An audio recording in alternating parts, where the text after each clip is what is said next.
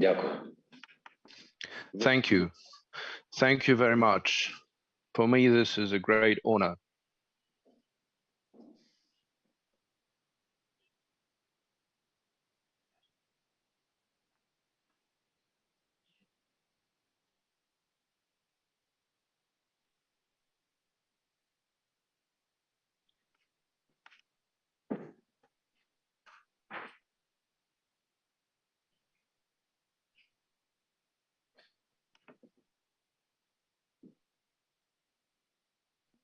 Шановний пане спікере, Dear Mr. Speaker, dear Mr. President, dear Ms. Prime Minister, members of the government,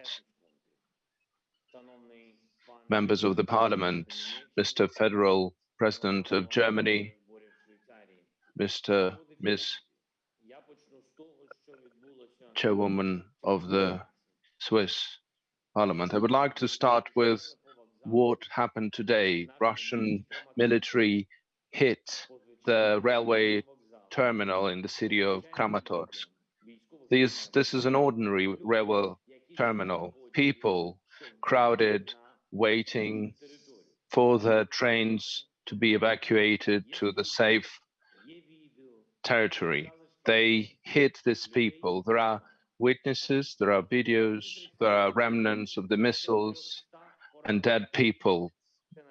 About 30 killed and 300 wounded as of this moment just there. Again, this is just a rank and file railway terminal, just an ordinary town in the east of Ukraine. This is how Russia came to protect the Donbass, how they view the protection of the Russian-speaking population. And this is the 44th day of our reality. After 8 years of war in the east of Ukraine, I would like all of us to commemorate with the moment of silence all those who were killed by Russian missiles, Russian bombs, and Russian arms. Thank you.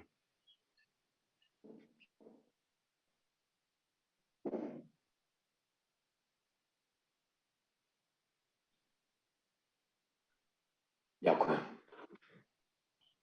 Thank you.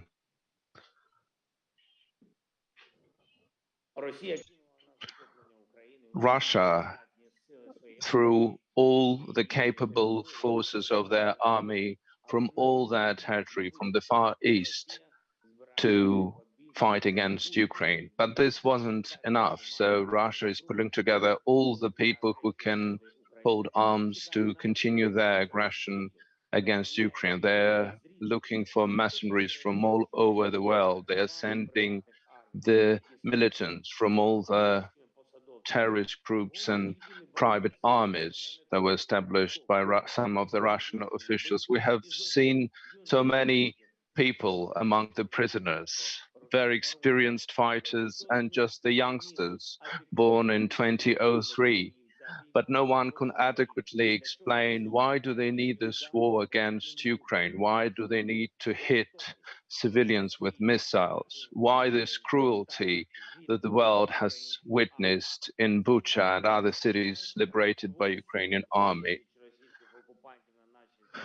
More than 200,000 of occupiers on our territory. There were lots of people who were running away, who consciously were raising their hands up, who were injuring themselves to go to the hospitals and avoid fighting. But the majority of the army continues fighting, not knowing what are they fighting for on our land. An absolutely insane and absolutely cruel war is waged, and sometimes you think whether they are human at all. Yesterday, the Russian soldiers just shelled a boat with the peaceful people in Kakhovka water reservoir. People were trying to save their lives by being evacuated, and they shelled them with missiles. These are dozens of meters away from the shore of the river, and they hit them with missiles. So in all the districts where the Russian army went in, there are hundreds of cars, civilian cars that were shot at and put on fire. They did see that these are just ordinary people, there is no danger, but they still were shooting. There are many examples of these cars with civilians that were simply crashed by the armored vehicles, just ran over them. You have seen what Russian military has done in the city of Bucha, but they're doing this butchery of this sort in Mariupol and Kramatorsk and Kharkiv and Kherson. And I think you do understand that if the Russian army will get the order to invade your country, they will do the same with your country as well. This is something I don't want you to witness. They will do the same what they did in the city of Bucha to your cities as well, to the cities of any country. Whatever the Russian Federation authorities will decide, as if this is their land, part of the empire. And even if Russian soldiers will not understand why they need to do this, they will still keep on fighting because this is hatred. This, this is the hatred to other people that is being nurtured among the people of Russia on the national level. Ladies and gentlemen, in your history, you have seen the invasion of Russia in your land, and this threat is still there. We have to do our best to make sure that this is not repeated again. The war of Russia against Ukraine is decisive not only for the future of our country and our nation, but all those who have a common border with Russia. Just like you, 83 years ago, Ukraine has the bravery to defend itself against such an enemy and such a power which is numerically superior. There are simply too many of them. Numerically speaking, they have a lot of equipment and a lot of missiles, lots of people who can be thrown to war, and a lot of oil and dollars and euro that are spent for the propaganda of aggression. But just like your courage rescued your country from the Stalin invasion, similarly, our courage resists this invasion. 43 days now we have been doing so, but lots of things have to be done more. Unlike the Second World War, the democratic world understands that you can not simply turn the blind eye on the inspection of the tyranny. If the people are fighting for their freedom, they need to be supported. But ordinary people understand these things and these concepts more than some influential leaders. Smaller countries understand it better than some of the bigger countries. We have to consist the strong people of the world that such sanctions against Russia are needed, sanctions that will not be able to be bypassed and sanctions that will stop their military machinery. We still have to ask for the assistance and the armament, and what we hear in response that we still have to wait for the fighter jets to come, for the anti-missile, anti-ship equipment to be delivered. They are telling us that we need to wait in the situation when we are losing hundreds of people on a daily basis because of the Russian attacks, when dozens of our cities have been destroyed. We still have to wait when more than 10 million people became IDPs. We still have to wait. In the reality, when more than 3 million have left their countries out of 10 million IDPs, together we need to do our best to make sure that these people will be able to come back home. We need to stop Russia. We need to stop the war to make sure that peace is brought back to Ukraine and Russian occupiers would leave our sovereign territory. And this is something we cannot wait for. They tell us that we have to wait, but I have a question whether we, those who are killing Ukrainians, are to be held accountable, and those who are making us wait for the things that we need badly, wait for the means of protecting our lives, wait for weapon. And I'm very grateful to Finland that you didn't wait when this invasion Russian Federation started, that you were very quick to help, that you made a historic decision of providing a defense support to Ukraine, for showing a principled position in sanction questions, that you are one of the moral leaders of our anti-war coalition. But would like you to show even more leadership, both on the level of the European Union and bilaterally with the countries of the EU, to support our fight for freedom, for our common freedom. At the time when we have this war, when the tyranny is losing against in the war against Ukraine, and this will be the biggest contribution in the security of Europe, and therefore one of the biggest contribution to the security of your country. Therefore, we need weapons that some of the EU partners have. This is why we need powerful, efficient sanctions against Russia on a permanent basis, a sanction cocktail that would be remembered just like Molotov cocktails.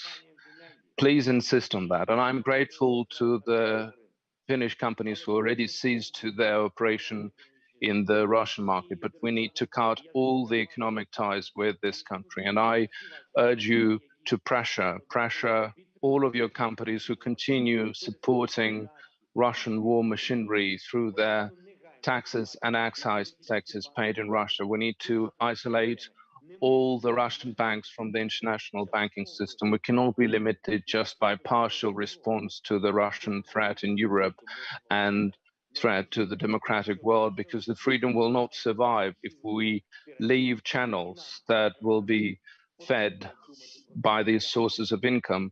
And we need to think about how to protect Europe from the Russian energy weapon. Every educated person knows that the times of the fossil fuels is in the past. We cannot rely on coal and oil. We have to look for new sources of energy. And if Russia is abusing their energy resources to finance aggression against other nations and spreading hatred around the world, it means this should be an additional powerful incentive to speed up all the necessary decisions. How much longer can the Europe ignore the introduction of embargo against oil supplies from Russia? How much longer? This is the big question that environmental and military sectors are looking forward to. And I want you to ask this question very loudly to all the European unions for such a decision to actually be made.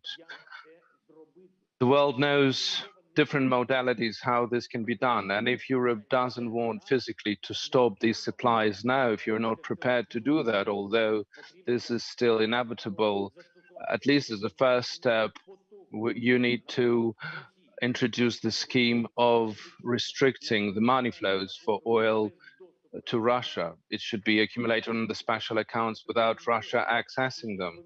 Let Russia first bring peace and be held accountable for the military crimes, and then get hold of their oil and dollars and gas and euro. So let them first remember what the Helsinki spirit is and restore that Helsinki spirit, and only after that they can start the discussion about economic issues if need be. And when we are talking that we need to stop the war, when we're saying that, I think this is something very clear to all the cultures in the world. And this is a clear message in different languages. When I say this in Ukrainian, I think there's no one who would not understand what it means, especially also if you say this in German, in Arabic or Chinese or any other language for that matter. We share this common value. The war is equally evil for everyone. Ladies and gentlemen, the people of Finland, I do believe that common sense will win, and that together we will be able to protect freedom and Ukraine. This is why we need to start thinking now how to rebuild our country after this war. The world knows about the leadership role of your country and your nation in the education sector. You have developed such an educational sector that allows you to protect personal freedom of the human being, make them educated, teach them respect to other people and environment and the globe. And this is something we have to learn and other countries have to learn. And in the 1.5 months of Russian aggression, 928 educational facilities have been destroyed or damaged, kindergartens, schools, universities. I welcome you and your companies, your experts, to join the efforts of rebuilding of our educational sector and join the efforts of modernization of education in Ukraine. We have to do our best that even after this super cruel war against our people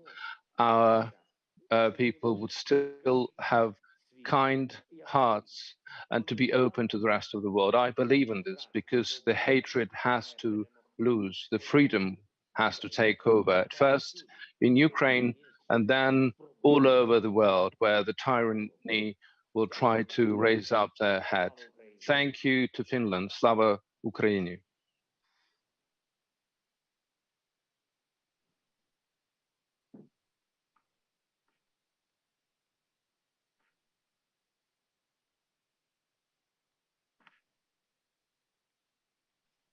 Дякую. Thank you.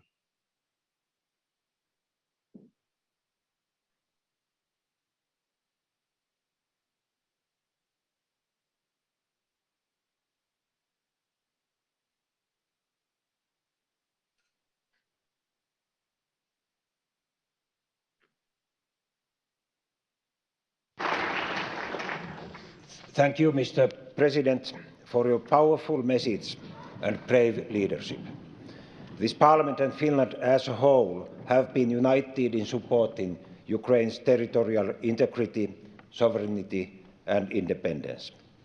It is also our responsibility to urge Ukraine to defend herself and to fight for free and independent Ukraine. You are not only fighting for your country, but for all of us. For these reasons, Finland has, in addition to humanitarian and financial aid, for the first time in our history, submitted military assistance to a country at war, to Ukraine. Because Ukraine's cause is ours and because your case is just. As our Prime Minister recently stated, the question is not about if Ukraine wins, but when Ukraine wins. Mr. President, you can count on our unwavering support. We support your tireless efforts and agree on a ceasefire and provide humanitarian relief and corridors. We support your demands to Russia to stop the fight and withdraw from Ukraine. And once the peace has entered, we will be there with you to rebuild even stronger Ukraine, just like you want. We will stand with you. Thank you. Дуже дякую. Thank you very much.